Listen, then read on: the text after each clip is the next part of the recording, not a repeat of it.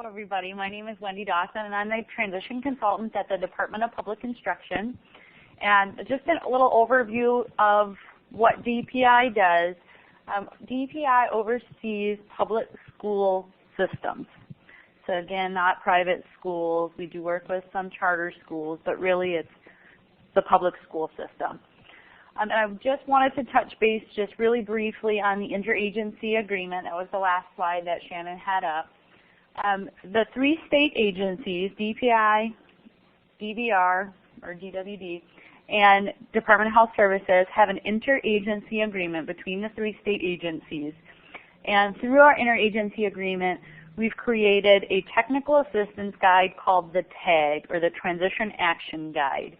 And I think when DHS talks, they will actually give you the link that goes directly to the electronic version of the TAG, which is our most updated. But it really outlines the roles and responsibilities of all partners in the transition planning process. The parents, the student or the youth, the Department of Public the school district, DVR, children's long-term care, some adult long-term care, and also the mental health system.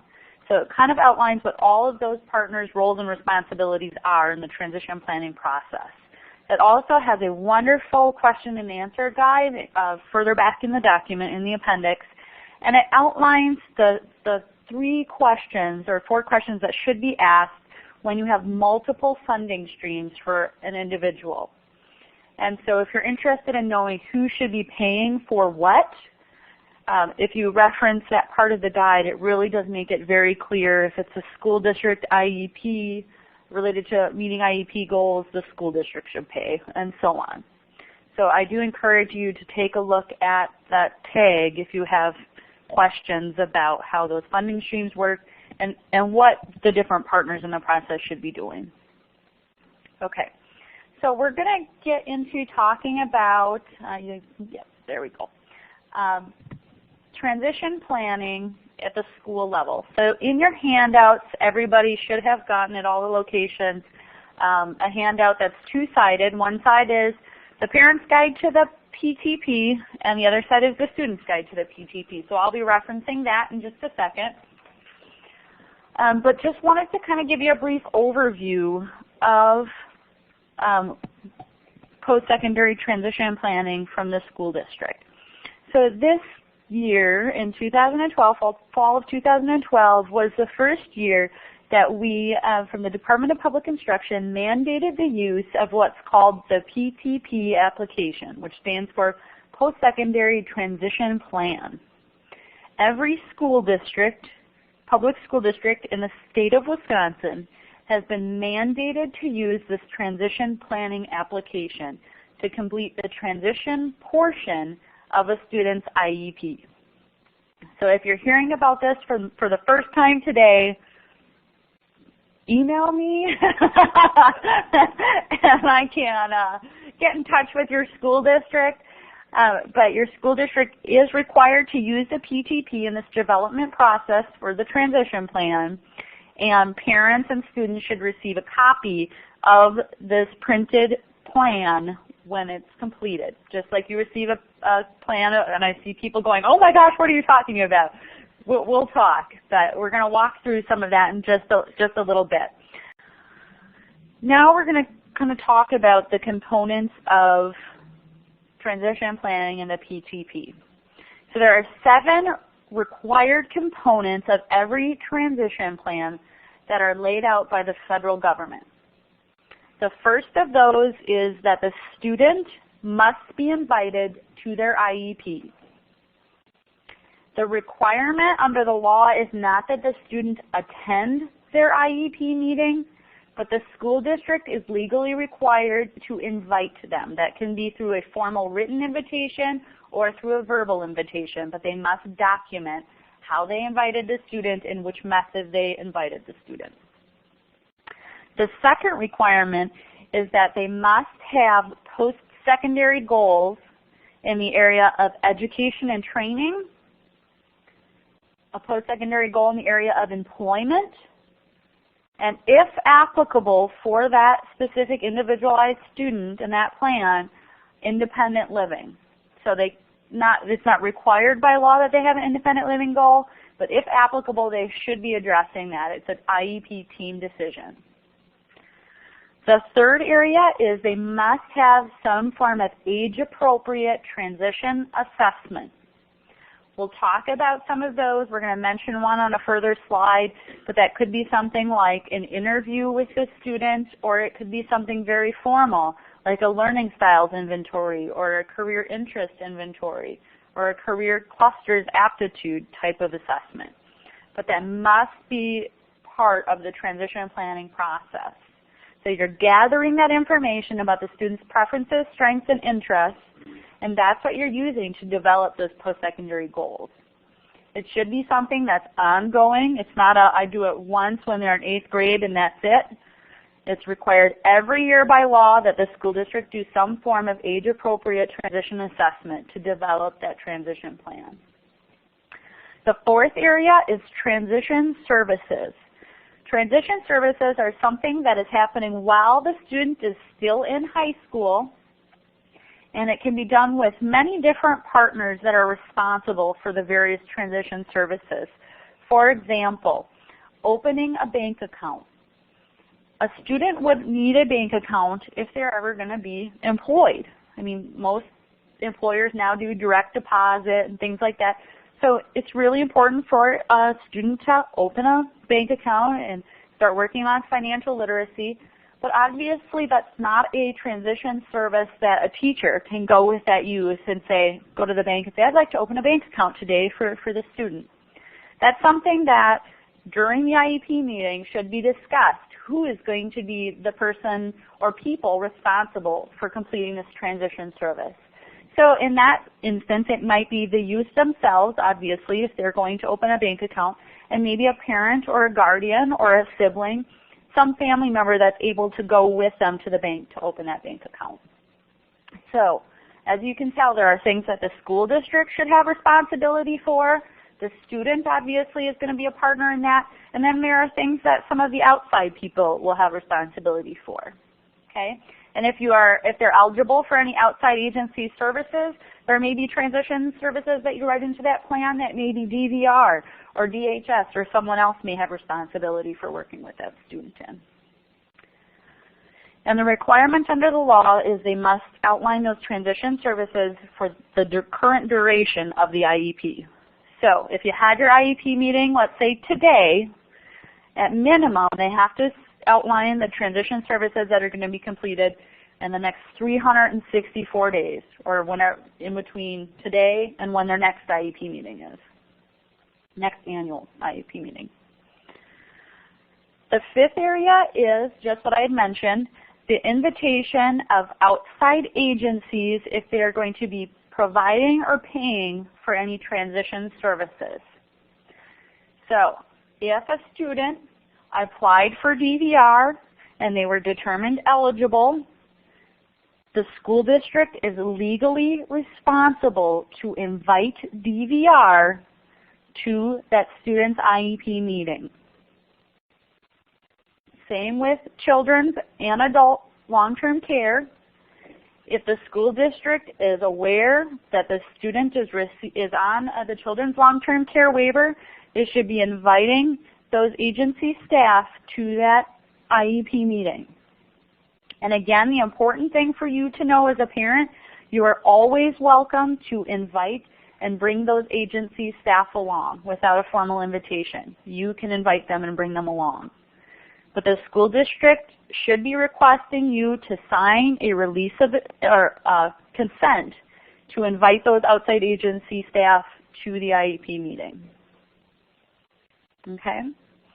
The sixth area is the course of study. So basically, what classes is the student taking this year, and ideally you'd be planning for the future and laying out what all of the high school courses are that the student is going to be taking. And it's as simple as that. During freshman year, here's the list of classes that I'm going to be taking. Sophomore year, here's the list of classes I'm going to be taking. And these should all tie back into what the goals are for that student. So if the student wants to be a vet tech when they get out of high school. That's their employment goal. They should be taking courses while in high school that will lead them to that path. So they may be taking animal science as one of their science credits. It fits right with their post-secondary goals. That's the type of course that could lead them to potential employment in that area or prepare them for post-secondary education and training. The seventh area is they must have an IEP goal or objective that will reasonably enable them to reach their post-secondary goals. So again, if the student may be struggling with organization. Organization and time management is a skill that any person would need to be employed or attend any type of post-secondary education and training. So if they're struggling with that type of skill, they should have an IEP goal or objective that would help them address that area of weakness to prepare them for life after high school. Okay. So those are the 7 areas that are required by law in a transition plan. And what we developed the PTP to do was walk IEP teams through those 7 required components. Okay? So the PTP assists school districts to document the post-secondary or post-high school transition requirements really while meeting those individualized needs. So the PTP application is kind of, I kind of call it a TurboTax type of application. You answer questions, and as you answer the questions, it guides your navigation through the application. So if I answer yes, it's going to bring me down a different path than if I answer no to a certain question. And so they're answering yes or no and filling in just the minimal requirements to meet the law. But on every single question, there are what's called additional information boxes. And that's really used for the IEP team to capture that very student-specific, individualized information. So I may check a box when I'm developing a goal that might say, after high school, Wendy will attend a 2-year technical college. But in that additional information box, I might know exactly which college I want to go to, or I might have 3 in mind that I really want to investigate looking into. And that's a perfect part to capture in that additional information box. Wendy is interested in attending either Madison College, Milwaukee Area Technical College, or Moraine Park Technical College. So I'm capturing that very student-specific information. And it really guides the IEP team through the transition and planning process by asking those series of questions.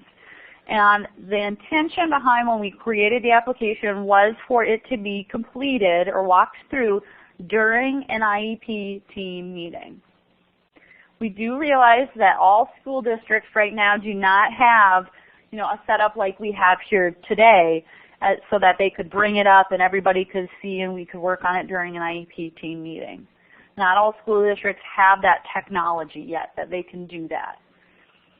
But the intention behind the application is that we want it to be, a teacher can maybe even start something as a draft and then they bring it up during the IEP team meeting and you walk through all of the components and all the answers as a team.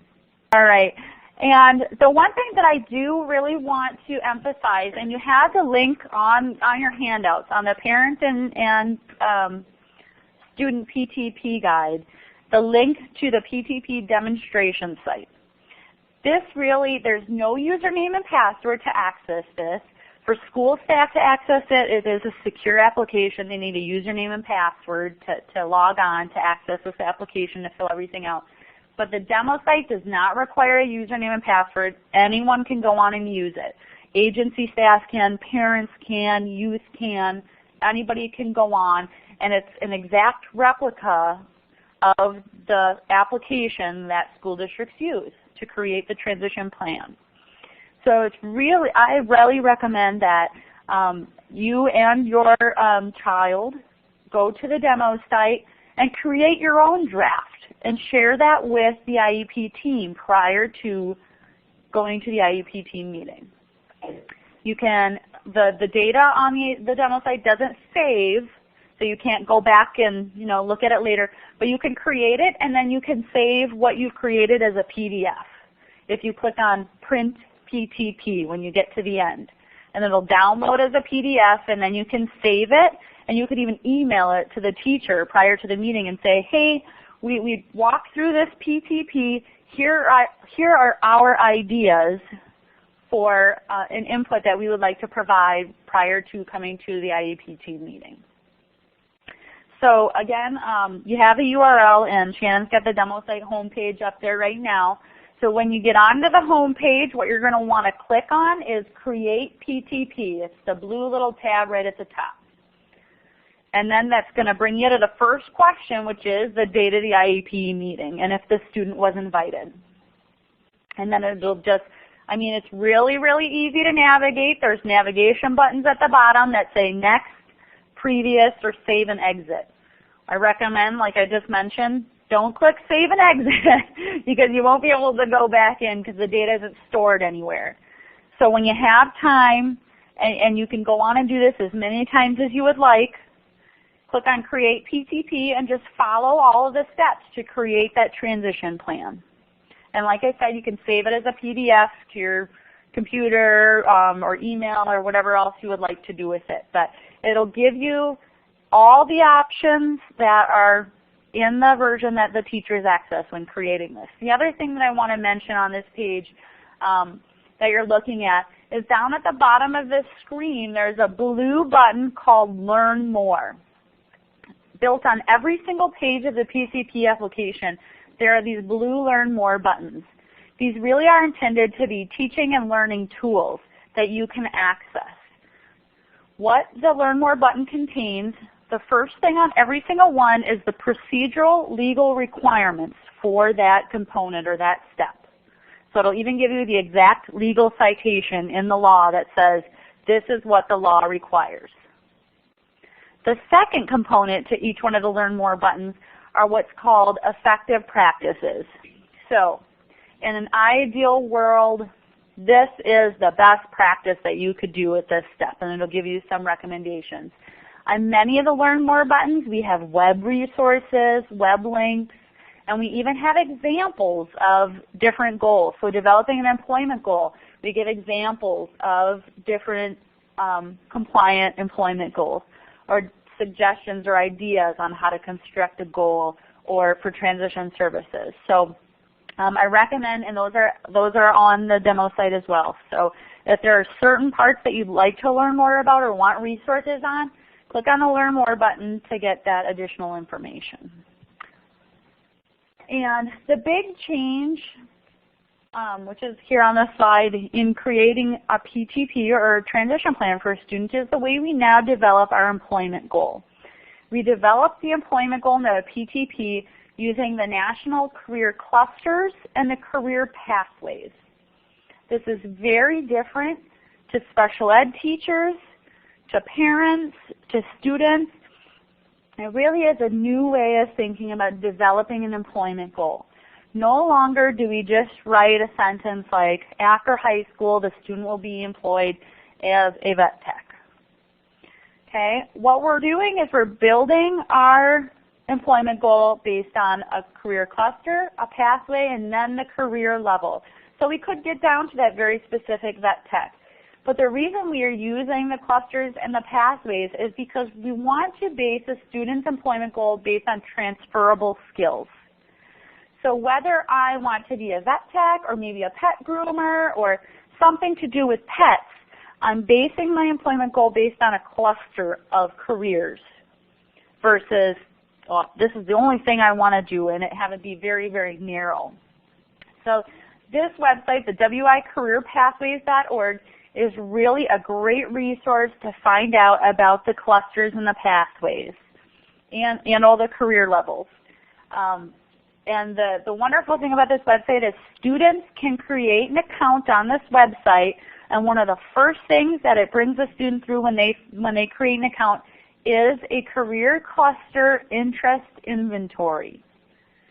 So it's going to ask them a series of questions, ask them about their likes, their interests, things like that, and then it's going to come back with the results of saying, based on the information you provided, here are the clusters and the pathways we think you best match what you described by selecting your choices. and give that student the option to investigate careers in those areas. And they can save those searches, and it links to all of the post-secondary education institutions in the state of Wisconsin.